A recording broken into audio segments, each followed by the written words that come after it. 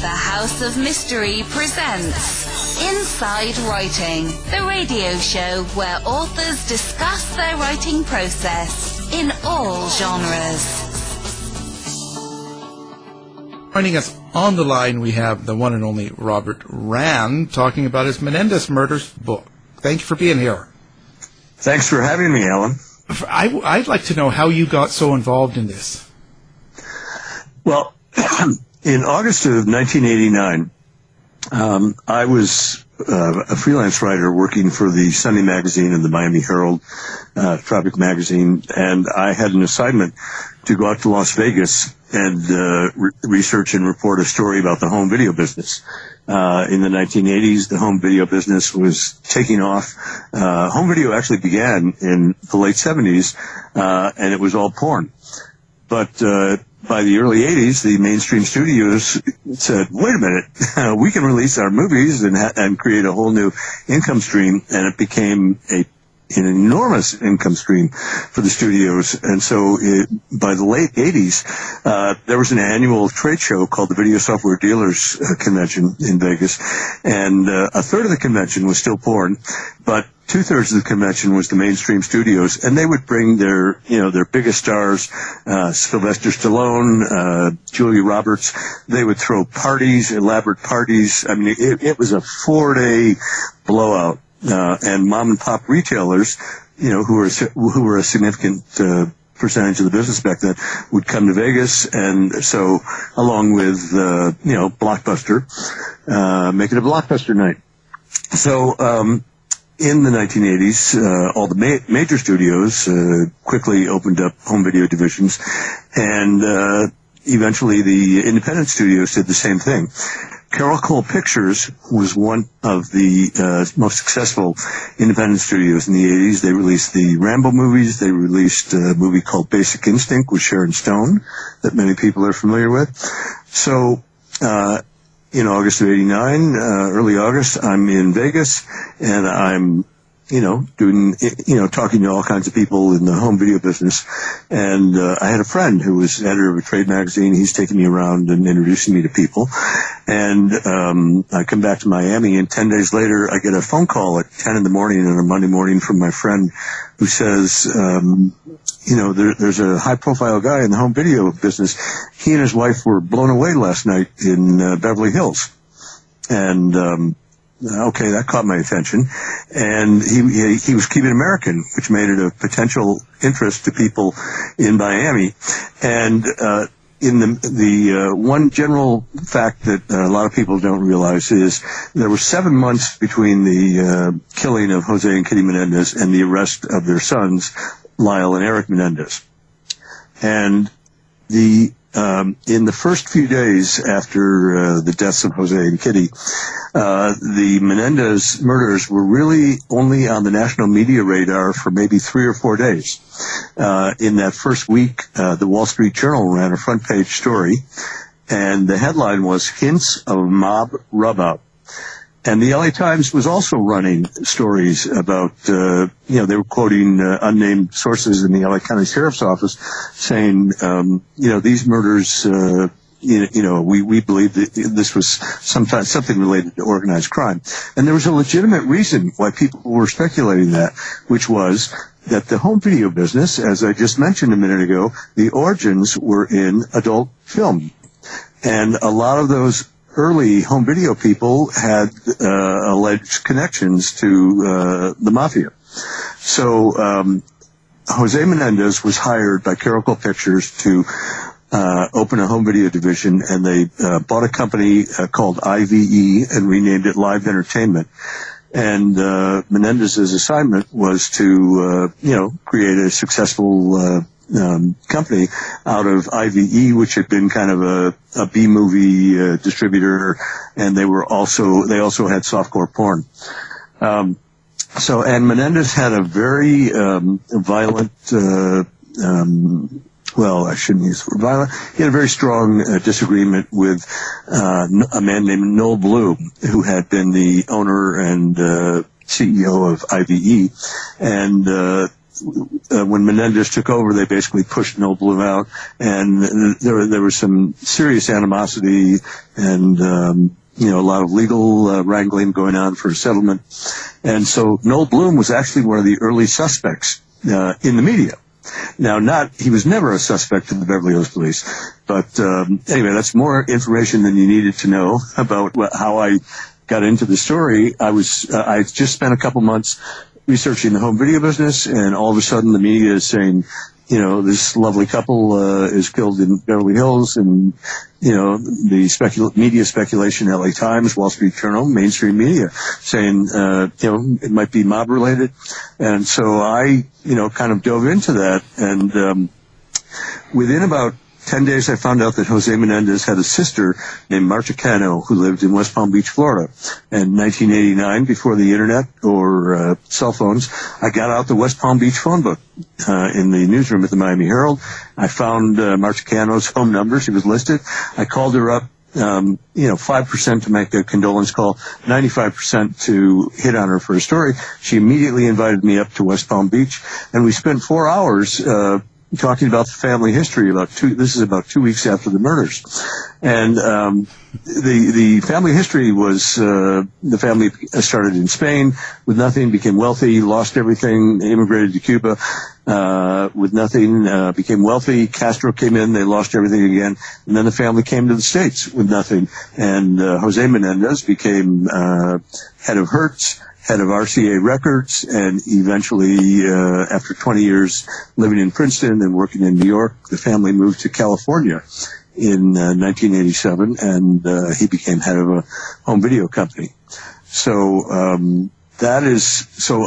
was kind of in on the ground floor of the story, literally, because I went back to Miami after I met with Erik and Lyle Menendez's aunt, Marta Cano. And I said to my editor at the Sunday magazine, look, we don't know anything about this murder investigation. The Beverly Hills police aren't talking. But I said, this family has a really interesting story. So why don't I do a biography about Jose Menendez? Rags to riches, Cuban-American story ends, immigrant's dream story ends in this terrible tragedy. So my original assignment was to write a biography.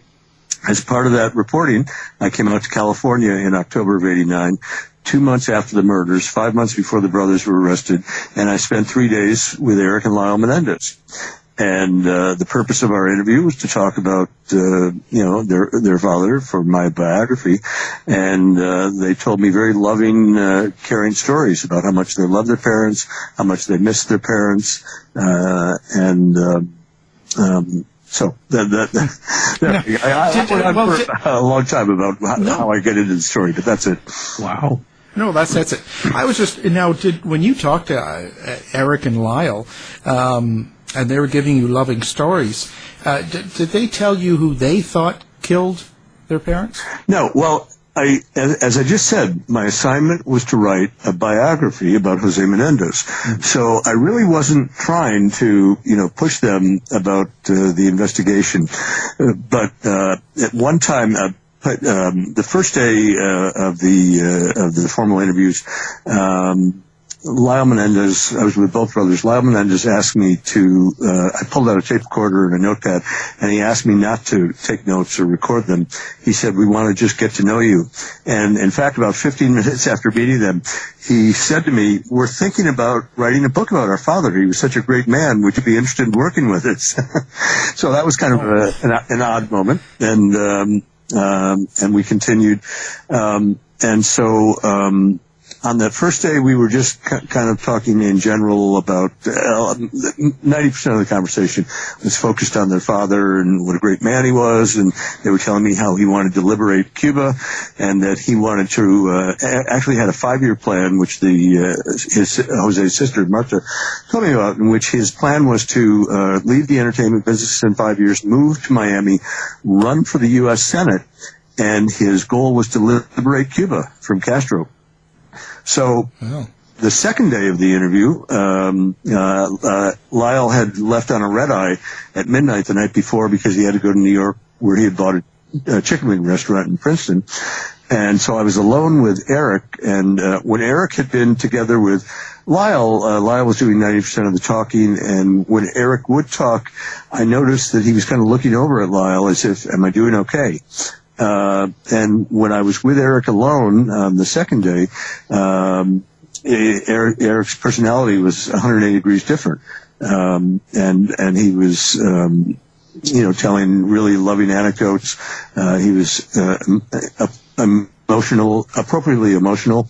And so at one point, about 2 hours into the 3.5 hour that I recorded interview I did that day, I said to him, look, I'm not doing a story about the murder case, but I just want to ask you a few questions about, the night you came home and found your parents. And so Erik did answer a few questions. At one point, he said to me, here's a quote, he said, I think that possibly if Lyle and I would have been at home, if we would have been able to do something about it, maybe my dad would be alive. Maybe I'd be dead. I don't know. I wish I definitely would give my life for my dad's. So, these are pretty interesting moments, quotes to me. And I was using a 1990s audio cassette recorder. And right at that, we had talked about 10 minutes about the night of the murders. And right at that point, the tape ran out on my audio cassette player.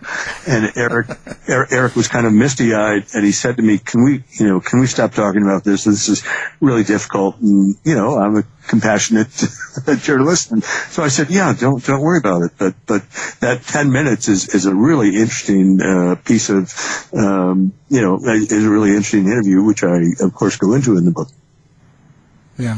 What was your feeling on the two of them, as in their interactions when they were together?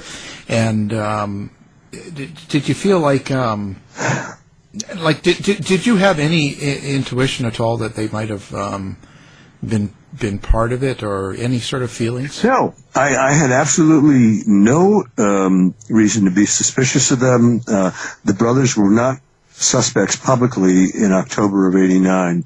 I later found out that actually the Beverly Hills police received a phone call from a lawyer about 10 days after the killing of José and Kitty, and the lawyer was calling on behalf of the mother of one of Erik Menendez's friends from Calabasas High, where he had gone the year before the family moved to Beverly Hills. In fact, one interesting factoid is that the Menendezes had only lived in Beverly Hills for about 8 months. They'd been living in Calabasas, which nobody knew what Calabasas was back then, and now we all know about the Kardashians. But if the murders had happened 8 months earlier, it would have been the Calabasas murders, and that doesn't quite have the same ring as my cover story on People magazine in March of 1990, Murder in Beverly Hills. So the Beverly Hills police got a tip from a lawyer who said, you should look at the brothers. And they were looking at the brothers within 10 or 12 days. But none of that was public. So fast forward to December of '89. It was 2 days before my deadline for the Miami Herald magazine story about a 6,000-word feature biography, and the brothers' aunt, Marge Cano, had given me the famous family portrait, the foreshot that's been in the media a lot. The two brothers are standing, the two parents are sitting, and she called me up late one afternoon and said, you can't use the picture. The brothers were coming out of a bank in Beverly Hills this morning, and somebody walked past them and said, you're next. And, that kind of got my attention. So I hung up with her, and I immediately called Les Solar, the lead detective at Beverly Hills Police, and I said, tell me about the death threats the brothers got this morning. And he said to me, what death threats? And I just, I told him, I said, well, I assume, I just found out, from their aunt that they were coming out of the bank. Somebody said, you're next. You would assume if your parents are brutally murdered and you get death threats, I think I'd go running to the police station. So they had not. And 2 minutes later, or about 5 minutes later, the aunt called me and was yelling at me and said, why did you call the Beverly Hills police? The brothers did not want them to know about the death threats. And I hung up with her, and I went into my editor's office, Tom Schroeder, and I said, "Wow, this feels a little weird." And he turned to me and he said, "They did it." And I said, no, I don't think so. Again, this is December of '89, the arrest in March of '90. I said, I don't think so. I spent time with them, talked to the relatives, but because Tom Schroeder said they did it, I called Les Solar back at the Beverly Hills Police Station and started asking some direct questions. And he, of course, would not tell me anything.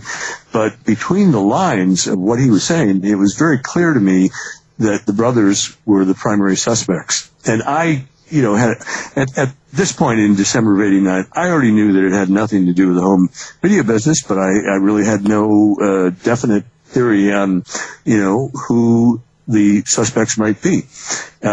So at the last minute, the day before my article was published, we added 2 or 3 paragraphs about that the Beverly Hills Police are even looking at the brothers as potential suspects, and it was the first media speculation in any mainstream media that the brothers were under suspicion. That must have lost your trust with the brothers right away then. No. No, actually not, because along with a little information about that the Beverly Hills Police have not eliminated them as suspects, I had some quotes from their aunt in which she said, we're aware that the Beverly Hills Police are looking at them, but there's no way that they were involved in this, and the family fully supports them. So like a good journalist, I had both sides of the story. I had the police speculation, and I had the family reaction. And so although what happened was, after I interviewed the brothers in October of '89, actually 9 days after my interview with Erik Menendez, when he's telling me loving, compassionate stories about his parents for 3.5 hours, 9 days after that interview, he went to the therapist, Dr. Jerome Oziel, and confessed the murders. And I always wondered, what impact did that have on him, spending 3.5 hours with a reporter, putting on a facade. Yeah. Now, that's a really interesting part of the case, is the therapist and the relationship that he had with the therapist as well as the girlfriend. Like that was a pretty weird setup, wasn't it? Well, the story of Dr. Jerome Oziel and his girlfriend, mistress, paramour, whatever you'd like to, whatever words you'd like to use to describe her, could be a book in itself. Dr. Jerome Oziel was a Beverly Hills psychologist. Dr. Oziel was married to another therapist, his wife Laurel. They were in practice together. And in the summer of '89, a couple months before José and Kitty Menendez are killed, Dr. Oziel begins a romantic relationship with a woman named Judalyn Smith. And so their relationship is, kind of playing out over the next few months. And it's kind of in the background of the Menendez brothers story. And on the night that Erik Menendez confessed to Dr. Oziel, it was Halloween 1989.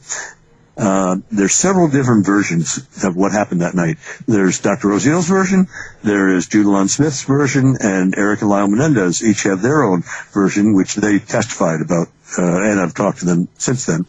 And according to Dr. Oziel, Erik Menendez came into his office and was, very distraught and upset, and they went on a walk to a park a few blocks away in Beverly Hills, and as they were coming back to his office, Erik paused just outside the office building, leaned against a parking meter, and told Dr. Oziel, "We did it."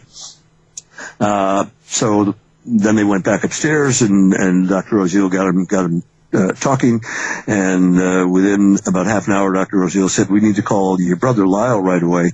Lyle Menendez was at the Menendez mansion on North Elm Drive, passing out Halloween candy with his girlfriend. And Dr. Oziel called him and said, "We need you to come over here right away." And Lyle Menendez says, "What's this about?"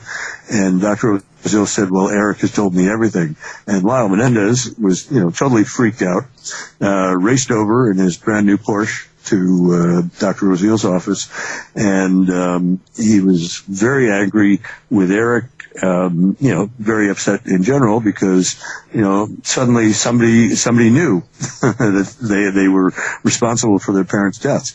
And so they stayed and talked for about half an hour, 45 minutes, and then Lyle said, I'm done.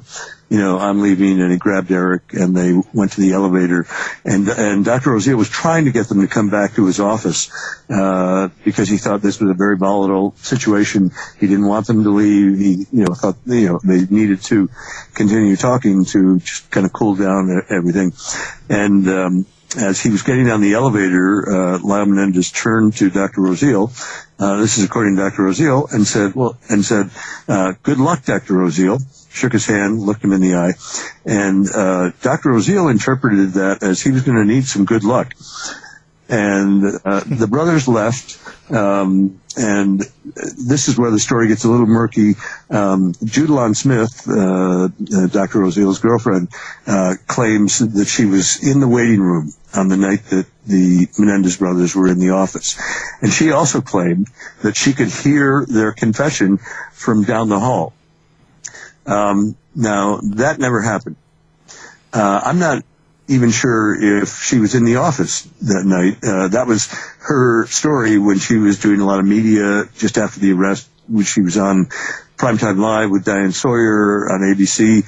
She did an interview with, several interviews with Dominic Dunn for Vanity Fair, and, spun this whole story. And in the early months after the arrest, she was potentially a really important character, because if she actually overheard their convention, she was an extremely important potential prosecution witness. But I'm not sure she was really there. Anyway, that, as you say, that's a whole other crazy story. And just one short other fact is that after the confession, Dr. Rosil, I believe, just gossiped with his girlfriend, told her about the confession, and then their relationship starts to go sour, and Judalon Smith started threatening to go to the Beverly Hills police and tell them that the brothers had confessed. And then at one point in December of 89, Dr. Rosil records an hour-long therapy tape, and tells the brothers, look, if you ever get arrested, this tape will show that you had remorse. And so at that point, the Menendez and Anderson family members believed that Dr. Rosil was blackmailing the brothers, because he scheduled 5 appointments a week for each of them. And according to testimony that was in the trial, the first trial, said to them, I don't care if you ever show up for these therapy sessions, that I'm going to bill your family for them. And the brothers certainly interpreted that as, these are just, therapy sessions on the books. I don't care if you show up, but I'll be billing your family for 2 sessions a day, 5 days a week. So at one point, Dr. Rosil, so now that Dr. Rosil's personal life is spinning even further out of control, because Judalon Smith is aware of all this, and she's really making serious threats to go to the Beverly Hills police. So Dr. Rosil and his wife Laurel, another therapist, moved Judalon Smith into their house with their 8 and 10-year-old daughter in an effort to keep the lid on her.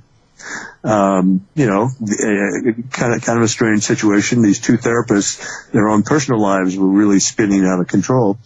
And then fast forward to March of 1990.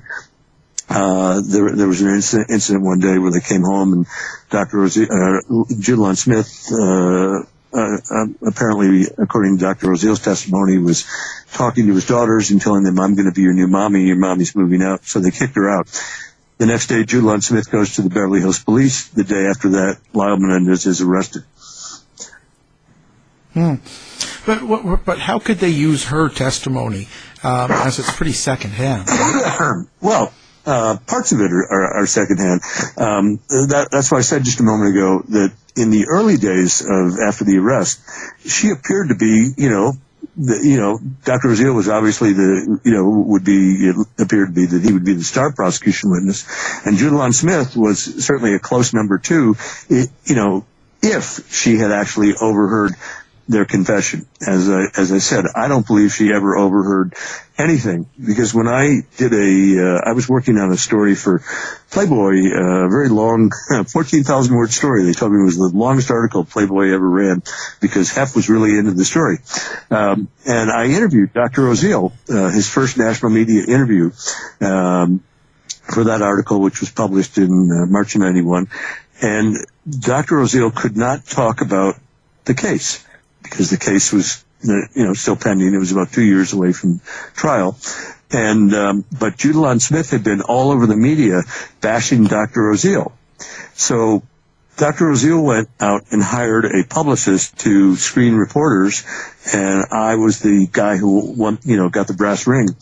And that was, Dr. Oziel's first national media interview. So he couldn't talk about the brothers, couldn't talk about the case, but he wanted to bash Judalon Smith as she had been bashing him. So that's why their whole story is just, spinning off into a crazy side story of that intersected with this high-profile murder case. Anyway, they're two very interesting characters. I was going to say, now when they were in jail too, I guess the whole O.J. thing was happening, and Erik actually knew O.J. in jail, didn't he? Yes. Well, actually, both brothers. This is 6 degrees of separation. This is such a classic L.A. thing. Actually, it happens everywhere in high-profile cases. When Erik and Lyle Menendez were young boys, Jose Menendez was head of Hertz Rent-A-Car. And you might remember, if you're old enough, that O.J. Simpson was doing TV commercials for Hertz. I think it was in the late 70s, early 80s, in which he was running through airports and jumping over suitcases. And it was a, classic, commercial that was in heavy rotation. And so, O.J. actually came to the Menendez home in Princeton one night for dinner. And he met Erik and Lyle Menendez when they were little kids. Wow. So, fast forward to June of 94. O.J., is in the Bronco, riding around L.A. with the helicopter chasing him on live TV. And about 6 or 7 o'clock, the sheriff's deputies in the jail pulled Erik out of his cell, and Erik was in. Both brothers were isolated from the general population because they were high-profile prisoners, and the reason they isolate celebrities or high-profile prisoners is that somebody might just want to stab you, and try to become famous themselves. So both brothers were isolated in separate areas of the jail. So Erik is in what's called a pod with about 6 or 8 cells. The sheriff's deputies pull him out of the cell about 6 or 7 o'clock at night on that Friday night of the Bronco chase. They hand him a mop and say, clean up this pod. And Erik had a TV, and so he was watching the Bronco chase. And when they pulled him out and handed him the mop, Erik had a moment in which he said, "Well, I wonder if they're about to bring O.J. into my neighborhood of cells." And about 10:30 that night, he heard the crowd of deputies coming down the hall, and O.J. Simpson walked by his cell in handcuffs, and they placed O.J. in the cell right next to Erik Menendez. Now, O.J. Simpson, if people can remember before, he was O.J. Simpson, the killer. O.J. Simpson was a beloved football player. He had been an actor in, a couple of Naked Gun movies. He was a football commentator. Everybody loved O.J. back in the days before long before the murders. So O.J. was used to being, kind of buddies with everybody and friendly. And that first night he was doing a lot of talking with the sheriff's deputies. And after, the deputies basically went away for the night, Erik Menendez started whispering to O.J. and telling him, "You cannot talk to these deputies. These guys are not your friends. They may be wearing recording devices. Anything you tell them, they're going to report to the prosecutors and the investigators. And so what a bizarre situation in that Erik Menendez is giving O.J. Simpson advice on how to survive in jail. I wonder if they talked about the ham dinner that they had back in the day. Good one. Oh. Well, they probably did talk about recognizing each other, I'm sure. Well, actually, my memory is that Erik did tell me that he, mentioned something that he had met O.J. before, and that O.J. probably didn't remember. But I don't know that for a fact. I'll have to give O.J. a call next week. Yeah. He's out looking for the killers on the golf course. Right. Well, funny you mentioned that. I was just a couple weeks ago. I just happened to take a look at about an hour after the O.J. verdict was announced, which was October 2nd. I think it was October 2nd or 3rd, 1995.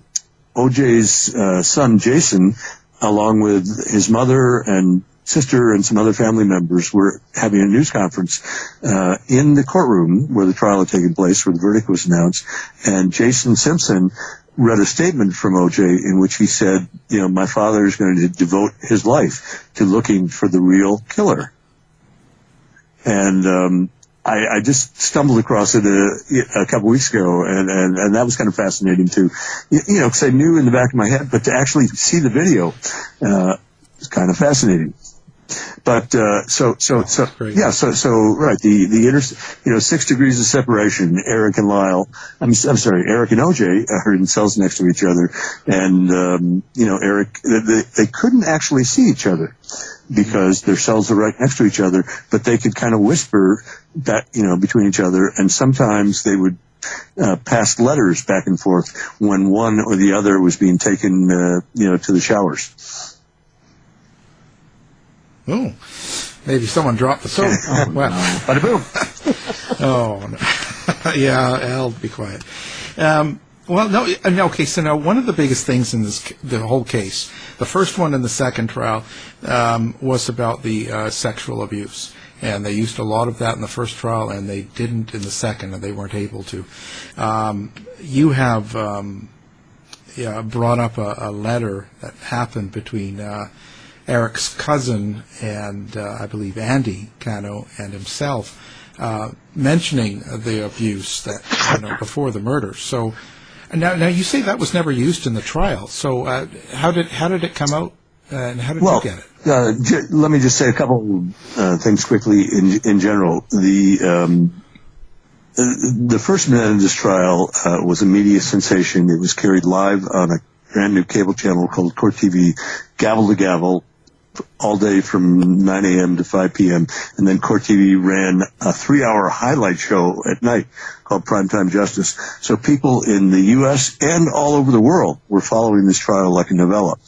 The general public was kind of stuck on, first of all, the mainstream media adopted or signed on to a log line on the trial: greedy rich kids kill Ozzie and Harriet on a Sunday night in Beverly Hills.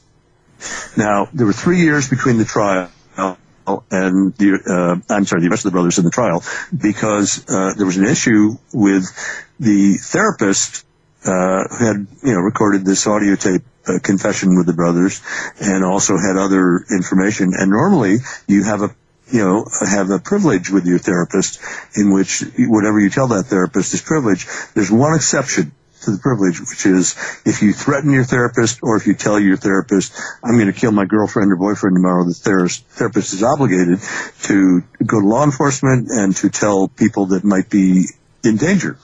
So the general public was kind of caught up in and the defense made, so for 3 years, the only story the public heard was the PR people from the LA County DA's office putting out the spin, greedy rich kids kill Ozzie and Harriet. And the job of those PR people at the DA's office is to poison the potential jury pool, and in a high profile trial. And, sorry to say that, but That's what they do.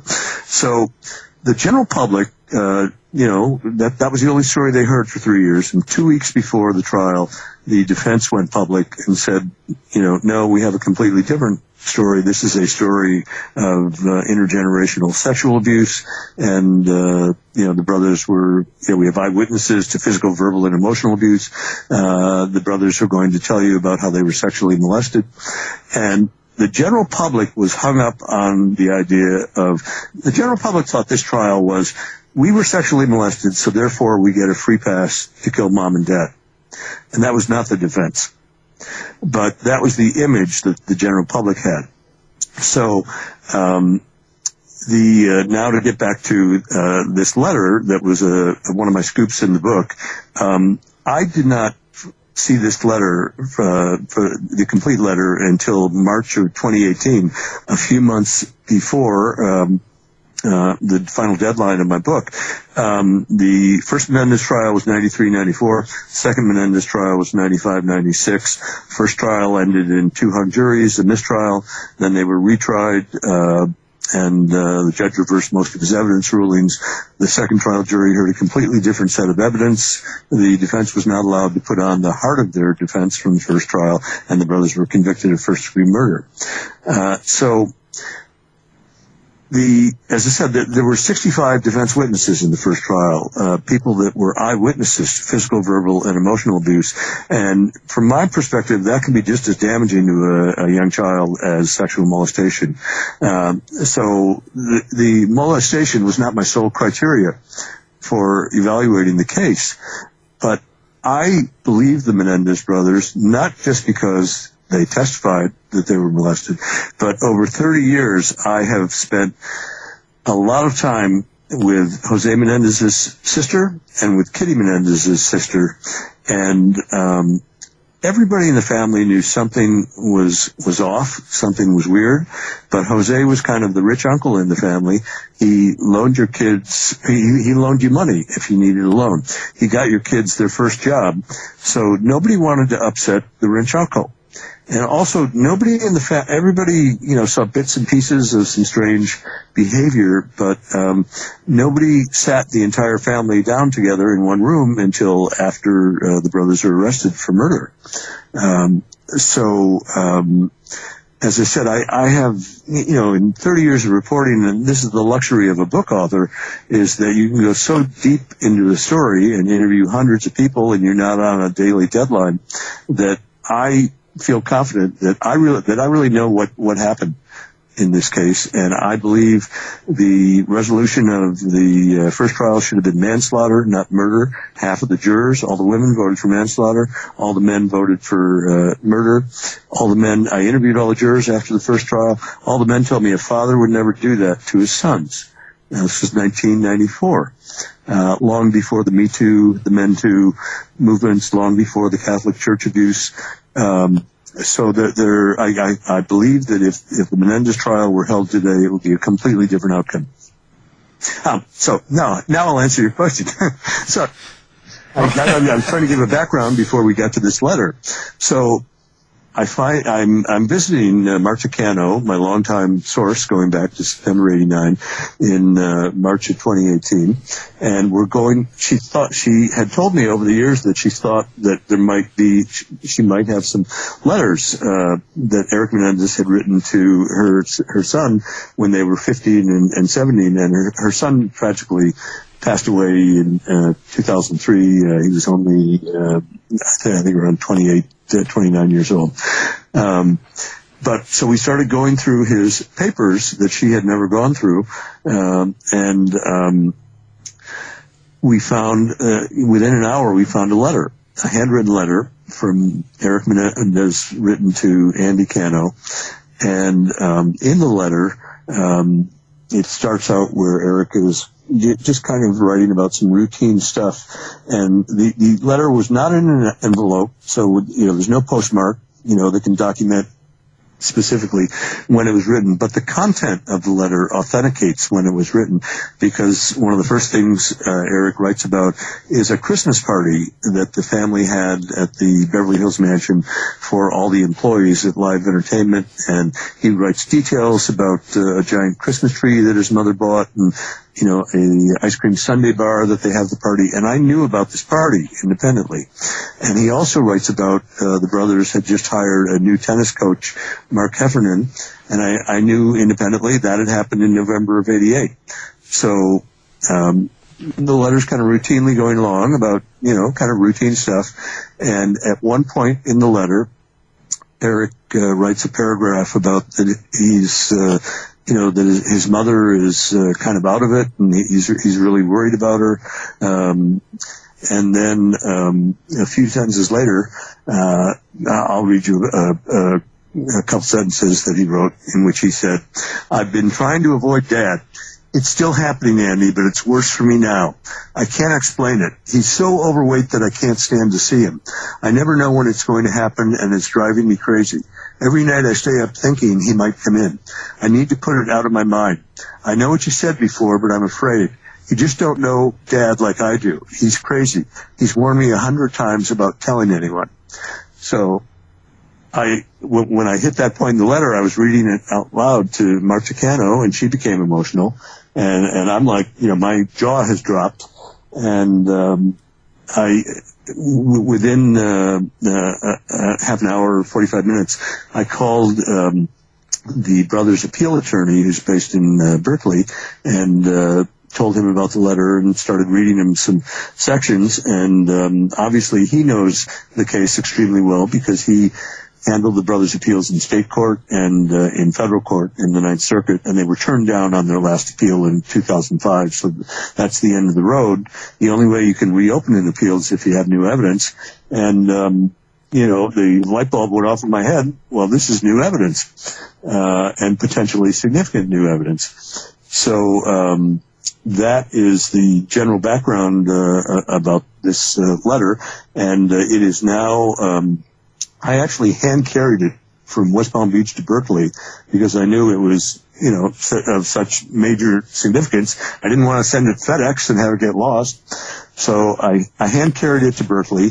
The attorney took possession of it, and he has since, sent it to, the handwriting experts can analyze the ink, can analyze the paper, and I'm told that they can, pinpoint the, within a couple months of when that letter was written. Well, what do you think the difference it would make if they could prove the sexual assault in a trial? Do you think it would just lighten the sentence? Well, two things. People that are sexually molesting children typically don't invite, somebody in to watch, or they don't videotape them molesting their kid or whoever. So, there will never be, concrete evidence. But from my perspective, 30 years of reporting, hundreds of interviews. I was in each 6-month trial every day listening to testimony. There's an overwhelming amount of mitigating evidence that I believe should, that the trial, as I said a moment ago, should have been a manslaughter resolution, not a murder. A manslaughter would have sent them to jail for about 22 to 25 years. They've been in jail for 29 years and about 8 months. The 30-year anniversary of their arrest is coming up in March March 2020.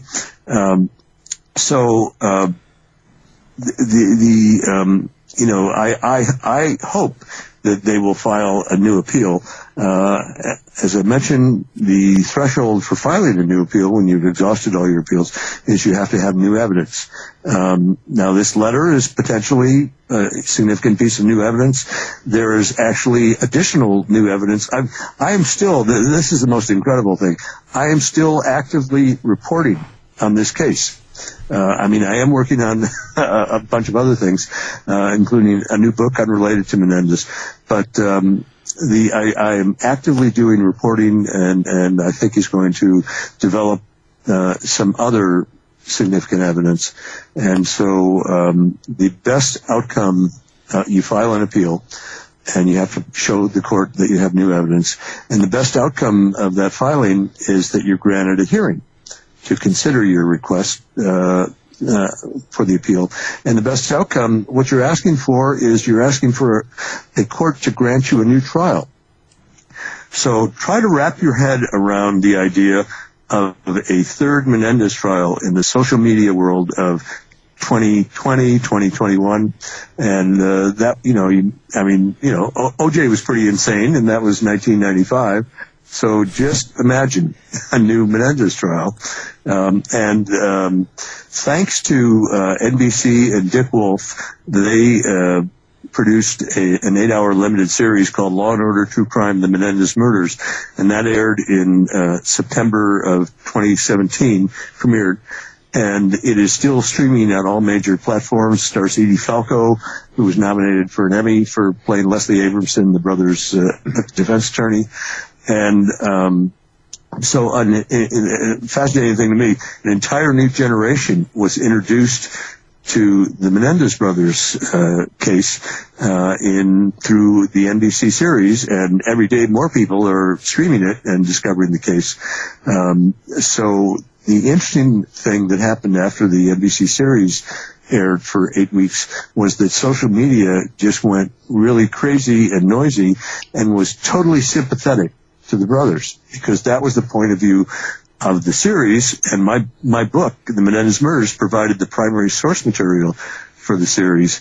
And my point of view, as you've been hearing me ramble on for a while, since we've been talking today, is that this was a manslaughter, this was not a murder, and that the brothers really were abused, and this mitigating evidence of the family history, should have, was the evidence that should have led to a manslaughter resolution.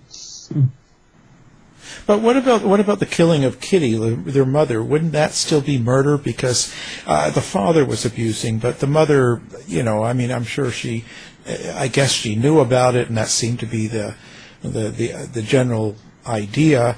But to actually kill her, wouldn't that be still murder? That's a great question. The number one question people ask me is, Erik and Lyle Menendez were 18 and 21 years old. Why didn't they just walk out the front door? And that's easy to say if you're thinking of them through the perspective of a normal 18 or 21-year-old. But the therapy experts, the defense therapists that evaluated them, told me that their emotional maturity was somewhere between 8 and 10 years old. They couldn't imagine life without their parents. So even though a normal person, it's easy to, just, logically say, well, they would just walk out the door. The brothers couldn't imagine walking out the door. The second question that people ask me the most is, okay, I might be willing to accept that Jose Menendez was a monster, but what about their mother? Kitty Menendez was a mother, and we all, believe the general stereotypes that mothers are supposed to be nurturing and caring and loving, and unfortunately, not all mothers are. Kitty Menendez was an alcoholic. She had issues with prescription pills, and the brothers testified that there were a series of confrontations in the days before the murders, and in one of them, Kitty Menendez told the brothers, they were talking to her, about the abuse, and she said, "I've known," according to their testimony, she said, "I've known all along. Do you think I'm stupid?" And that was a crushing piece of information for the brothers, the idea that their mother knew and didn't do anything to protect them. So, of course, Kitty Menendez didn't deserve to die, and neither did Jose Menendez. And as I said a few moments ago, nothing gives you a free pass to kill mom and dad. But these were two dysfunctional parents, and they raised two troubled sons, and everything ended in this terrible tragedy. And in the second trial, one of the major differences from the first trial was at the last moment at the very end of the trial, before the case went to the jury, the judge changed his instructions to the jury, and he would not allow the defense attorneys to argue that the murder of Kitty Menendez was a manslaughter. The judge said Lyle Menendez didn't testify at the second trial. Erik Menendez tried to carry the ball for both brothers, and so the judge said, I'm not going to let you, argue manslaughter for Kitty Menendez because I haven't heard any evidence about Kitty Menendez. So and the defense made the mistake of assuming that, he had allowed them to use this imperfect self-defense instruction on Kitty Menendez in the first trial. They assumed that they were going to be able to do that in the second trial. And that was a really critical, kind of death blow for the defense, that, they were, surprised by, caught off guard. So that was a key factor in the brothers being convicted in the second trial. And then after they were convicted of first-degree murder in March of 96, there was a second segment of the trial called the penalty phase, in which the jury had to decide between the death penalty or life without parole. And during that 3-week penalty phase, the jurors heard all of that family history that the judge had kept out most of it in the second trial. The family history that was the heart of the defense in the first trial. So the jurors voted for life without parole after 3 weeks. I interviewed all the jurors, and 3 or 4 of them told me after the second trial, if they had heard that family history in the guilt phase, they would not have voted for murder. So some people have said, there's the fix. And in the final brothers' appeal in front of the Ninth Circuit in 2005, one of the justices, Alex Kaczynski, actually said in the hearing, I have an audio tape of it, and he said that he believed there had been collusion between the LA County DA's office and Judge Stanley Weisberg to convict the Menendez brothers in the second trial. But even though he said that, Justice Kaczynski still voted against the appeal. But anyway, it's a really interesting case. Yeah, it's pretty amazing. And now, do you have a website that people can come and find you on and pass on information? I do. It is easy to remember, MenendezMurders.com. Wow. Wow. That's it. Well, we're going to have that posted along with your book, The Menendez Murders. Thank you for talking with us about your book and about the research in the case. Guys, Robert, thanks so much for having me on. Thanks, Robert. It was fantastic. To find out more about our show, guests, or to listen to past shows from our archive, please go to www.houseofmysteryradio.com.